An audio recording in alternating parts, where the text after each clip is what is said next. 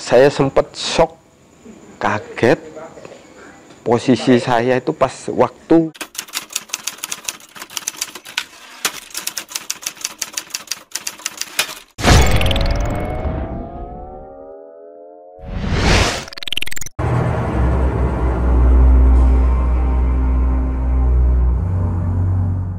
halo, selamat malam. Nama saya Rizka.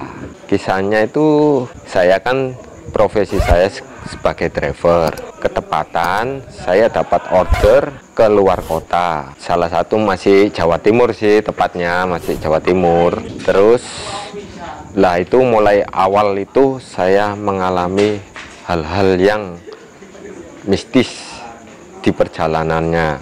Awalnya saya nganterin orangnya, sudah sampai di sana, sampai rumah orangnya turun, terus saya izin sama yang saya antar untuk pulang ke desa saya, tepatnya di Blitar. Kemudian disuruh balik lagi kemudian harinya, dan saya balik sekitar jam 5 sore dari desa saya ke desa orang yang saya antar tadi. Habis gitu saya merasa perjalanan saya udah hafal, tahu jalan bener, soalnya saya sudah ke rumah yang orang yang saya antar itu. Jadi saya insya Allah udah tahu jalannya, gak mungkin kesasar kayak gimana gitu. Habis itu saya berangkat dari desa saya jam 5, sekitar jam 5 sorean. Perjalanannya sekitar sampai desanya orangnya itu hampir lebih, seharusnya makannya 2 jam perjalanan dari desa saya. Dan itu saya pun agak macet. Pertama di daerah kota macet, kendala macet 1 jam, nyampe tengah-tengah. Terus saya mampir dulu untuk beli rokok, sama di Indomaret beli rokok, beli minum. Habis itu saya habis jam 6 baru saya lanjutkan perjalanan lagi. Nah itu awal mula dari kisah saya yang paling tidak terduga ya. Sangat itu sekitar bulan Oktober 2021 kemarin, barusan itu. Setelah saya habis dari Indomaret beli rokok, beli minum, saya lanjutkan perjalanan. Itu saya sendiri mau jemput pelanggan saya. Dan setelah itu saya kan tahu benar, pokoknya saya itu kalau di jalan lihat ancar-ancar, istilahnya patokan-patokan, dimana supaya saya hafal desanya orangnya. Lah dari pertengahan seharusnya itu nggak sampai sih, dari Indomaret itu paling enggak 500 meter itu saya harus udah sampai. Tapi kok selama perjalanan padahal musik saya udah sambil rokokan, sambil nyantai dengerin musik, tapi saya nggak nemuin patokan itu. Lah setengah 500 meter itu saya lurus terus saja, lurus terus. Saya belum ada hal-hal yang janggal, hal-hal yang aneh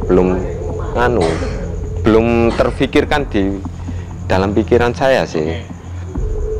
Terus saya jalan terus sampai 1 kilometer, terus ikutin jalan itu terus. Pertama awal rame, banyak mobil, banyak sepeda motor, perkampungan masih padat, istilahnya jalan raya tetap sih.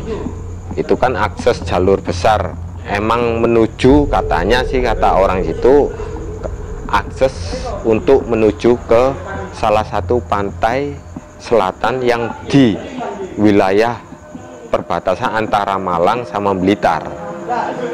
Nah saya belum ada ngerasain hal yang janggal-janggal.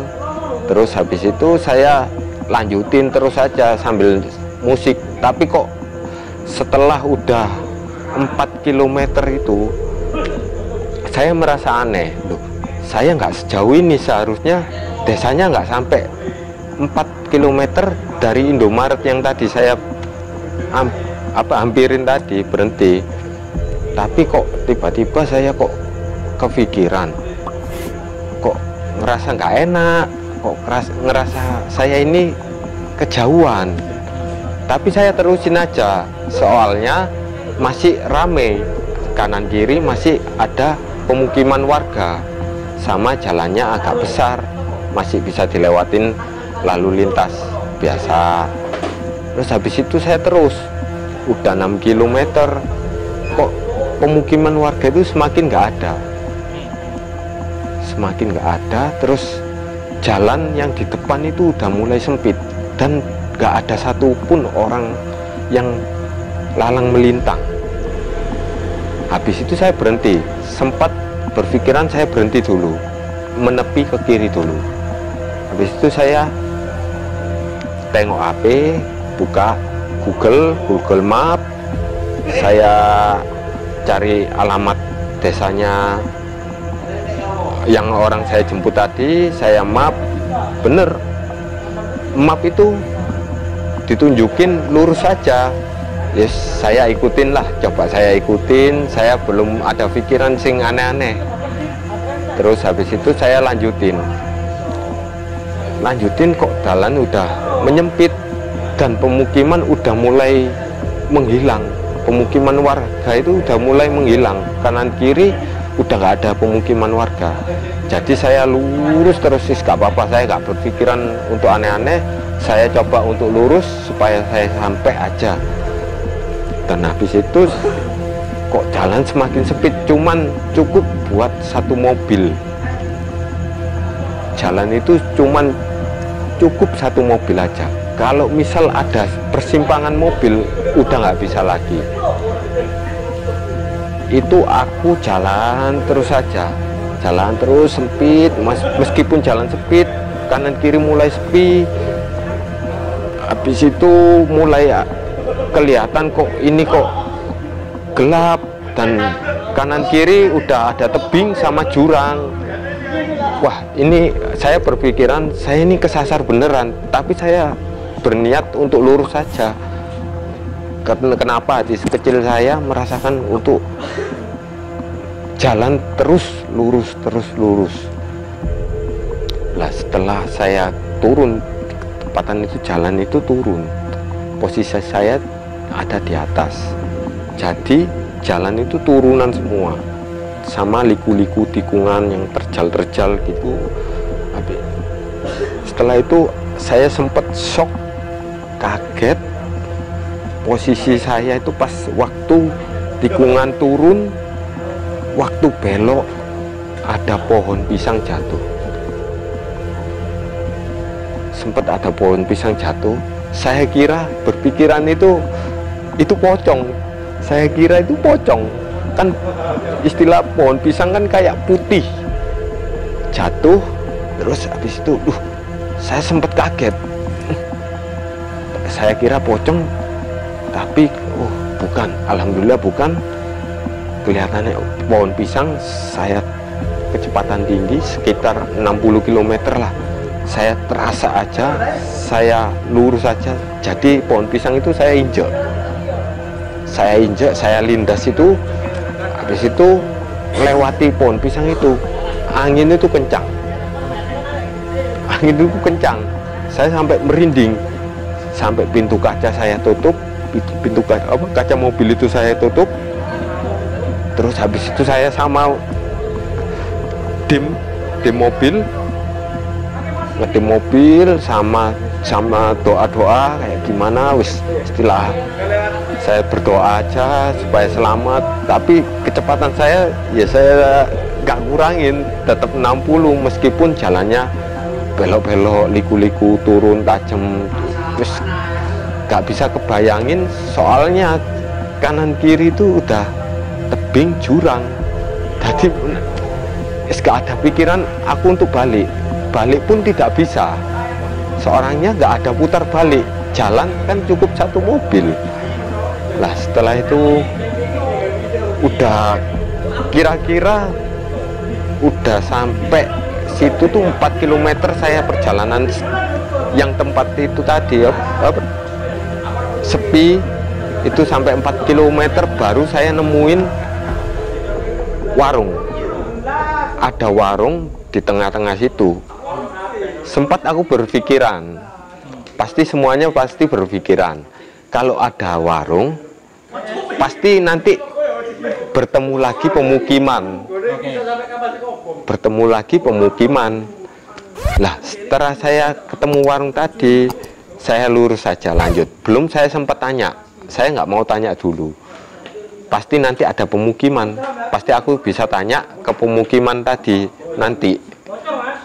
Terus saya jalan melewati warung itu sekitar 200 meter. 200 meter itu saya ngerasa kok sepi, kok masih sepi depan. Wah, gak ada pemukiman ini. Untung setelah itu ada lahan kosong kayak persawahan, bisa untuk buat putar balik. Saya berniat untuk putar balik dan mau berniat tanya ke warung tadi. Habis itu saya tanya, putar balik. Terus habis itu saya kembali lagi ke warung tadi. Dan setelah dari warung, mobil saya gak saya matiin, sengaja saya hidupin. Saya numpang tanya sebentar aja lah ke orang warung. Saya turun, nyamperin ke warungnya. Alhamdulillah orang warung yang laki, kelihatannya di warung itu cuman ditempati 2 suami istri.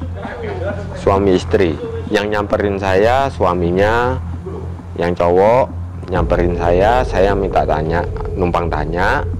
Saya bicara, Pak, saya mau ke desa ini. Terus bapak itu jawab, istilahnya, kamu dari mana? Dari kota sini. Habis itu bapaknya, katanya, masnya ini kejauhan, udah kesasar sekitar 10 km dari desa yang tujuan mas itu. Aku sempat shock, kaget. 10 km. Waduh, aku shock. Terus kalau mau balik, Pak, ya balik aja, Mas. Ini nanti ada kayak perempatan kecil-kecil, itu masnya lurus saja, lurus, gak usah belok-belok, sampai ketemu kota nanti baru belok kiri. Oh gitu ya Pak. Dan kata si bapak tadi itu, herannya ya ini baru aku merasa, baru bulu kuduku merinding, perasaanku akhirnya yang kacau, yang wis gak bisa dibayangin lah, kacau, wis ketakutan ya, takut ya gimana. Bapaknya bilang, katanya si bapak bener kata orang tadi, masnya itu kesasar. Nah, di dalam pikiran saya itu gak bawa penumpang, dan saya belakang saya ya gak ada apa-apa, mobil pun satu yang ngikutin aku, atau sepeda motor, gak ada yang mengikutin. Nah, itu saya langsung, bulu kuduk saya merinding. Saya dalam hati, waduh, siapa?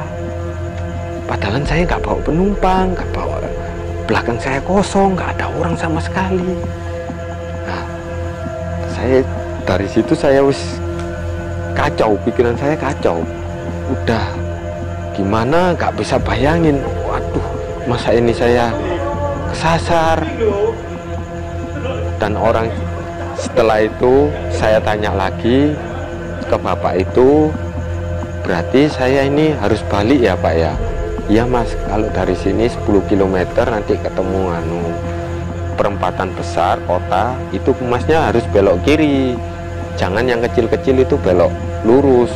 Masnya soalnya udah kesasar jauh, masnya ini udah mau nyampe ke pantai, arah pantai yang selatan, ya, yang dituju, yang perbatasan tadi itu Malang Blitar. Udah mau sampai Mas, kok masnya kok sampai hampir sampai ke sini, sampai bapaknya ngomong gitu. Saya ngikutin map ngelurus, ditunjukin arah lurus, saya ikut aja, ketepatan dan map itu udah error, udah sinyal udah nggak ada, wes sinyal nggak ada. Jadi HP udah wes nggak ada sinyal sama sekali, udah wes mau hubungin orangnya gimana wes nggak bisa, wes nggak ada sinyal, nggak ada, sulit, ketepatannya sulit banget, wes minim sinyal wes nggak ada. Nah setelah itu saya disuruh bapaknya untuk istirahat, minum dulu. Tapi saya nolak, soalnya saya udah jam 8, harusnya saya nyampe situ harus jam 7 tadi, nyampe penjemputan jam 7, saya telat jam 8. Dan saya gak terlalu malam, gak pikiran, gak enak kalau terlalu malam nyampe ke penjemputan. Jadi saya memutuskan ke bapaknya itu untuk saya lanjut aja Pak jalan, makasih atas infonya. Tapi kerasa perjalanan itu, padahal itu suasana loh masih jam 8, kayak di situ itu kayak jam 1 malam, kayak jam 1 malam. Kacau, pasti orang kalau ngalamin kayak saya wis pasti shock, dia pasti takut. Hal apa yang pasti kan nggak difikirkan, aku mau lurus atau balik gitu, pasti kacau pikirannya, pasti nggak bisa kebayangin kalau ke situ sendirian gitu malam-malam, nggak kebayangin. aku itu nyasar gitu, wes gak nganu. Akhirnya saya sadar ya aku nyasar. Setelah itu saya niat pamit ke bapak itu, makasih, bilang saya balik lagi, balik tetap melewati jalur tadi. Terus habis itu ngelewatin yang pohon pisang jatuh itu masih ada, tetap ada di tengah jalan, masih tetap ada. Saya lewatin, akhirnya gak kelamaan ya saya kepingin lurus terus, ngikutin kata bapak itu, kalau ada perempatan kecil-kecil gak usah belok, lurus saja ya. Saya turutin lurus, akhirnya sampai ketemu kota. Topong kota lagi, saya sempat berhenti di pom bensin. Terus WA yang orang saya jemput tadi, saya WA untuk Sherlock rumahnya lagi. Dan ketepatan itu saya sudah di Sherlock, saya buka map lagi, Google Map, sempet ngikutin map lagi, tapi ya tetap ditunjukin map lurus saja. Antara itu aku akhirnya berpikiran, kalau lurus aku kesasar lagi nanti, gimana ya. Aku berpikiran, saya terusin aja. Saya terusin, pokoknya intinya aku 1 kilometer dari kota, kalau lurus ini gak ketemu yang saya tuju, tempat tujuan, saya balik lagi ke pom. Akhirnya ya gak ketemu lagi tempat tujuanku. Akhirnya saya balik lagi sampai ke pom bensin. Terus habis itu ke pom, saya WA orang itu tadi, WA yang orang yang saya jemput, WA tetap, Mas, saya WA, Mas, posisinya Sherlock sampean ini udah benar apa belum? Akhirnya dijawab, dibalas WA saya sama orangnya, iya bener, ini alamatnya. Dan saya buka Google lagi, tetap lurus. Tapi saya punya akal, saya jangan ngikutin map, saya harus cari jalan sendiri. Setelah cari jalan sendiri, saya jalan 100 meter, ada perempatan besar, saya belok kanan. Map kan lurus, kalau lurus nanti saya kesasar lagi, saya belokin kanan. Akhirnya bener sampai tempat tujuan. sampai tempat tujuan, sampai penjemputan. Akhirnya saya tanya sama orang yang saya jemput. Orang yang saya jemput itu asli situ, emang asli situ, daerah situ. Dan saya tanya-tanya sama orang-orang situ, katanya, "Lu Mas, sampean kok bisa tadi kesasar sampai jauh? Kok sampai kesasar mau ke arah pantai selatan, kok sampai nyasar jauh, istilahnya jauh dari desa saya?" Ya nggak tahu Pak, saya padahal saya kan udah hafal bener kok sampai saya lupa. Tapi saya kok gak lihat patokan-patokan desa dari Bapak, makanya saya lurus tadi Pak, saya bilang gitu sama orang-orang desa situ. Ya, sempat aku berpikiran aku kembali lagi esok harinya. Pingin aku pagi hari, aku pingin sih nyamperin yang warung tadi yang sempat saya tanya waktu kesasar, itu beneran warung atau bukan. Nah itu dalam pertanyaan saya soalnya, warung itu di tengah-tengah sepi, tebing, jurang, kok ada warung satu, yang lainnya udah gak ada apa-apa. Saya lurus, lupa jalan, masih kosong ya, tetap sawan, jurang, tebing, jurang gitu, kok ada warung. Saya heran, makanya saya penasaran. Besok pagi saya harus kembali situ, apakah ada beneran atau tidak. Soalnya yang saya ingat-ingat dari bapak warung tadi, ada orang yang bilang ke bapak itu kalau saya kesasar. Lah itu siapa? Dan dari kejadian itu saya ambil hikmahnya. Saya kalau mau ke kota-kota yang dimanapun tempat, saya harus numpang permisi, harus ada istiadat lah, istilahnya salam untuk orang pendatang, untuk orang awam kayak saya ini yang baru pertama kali ke daerah situ.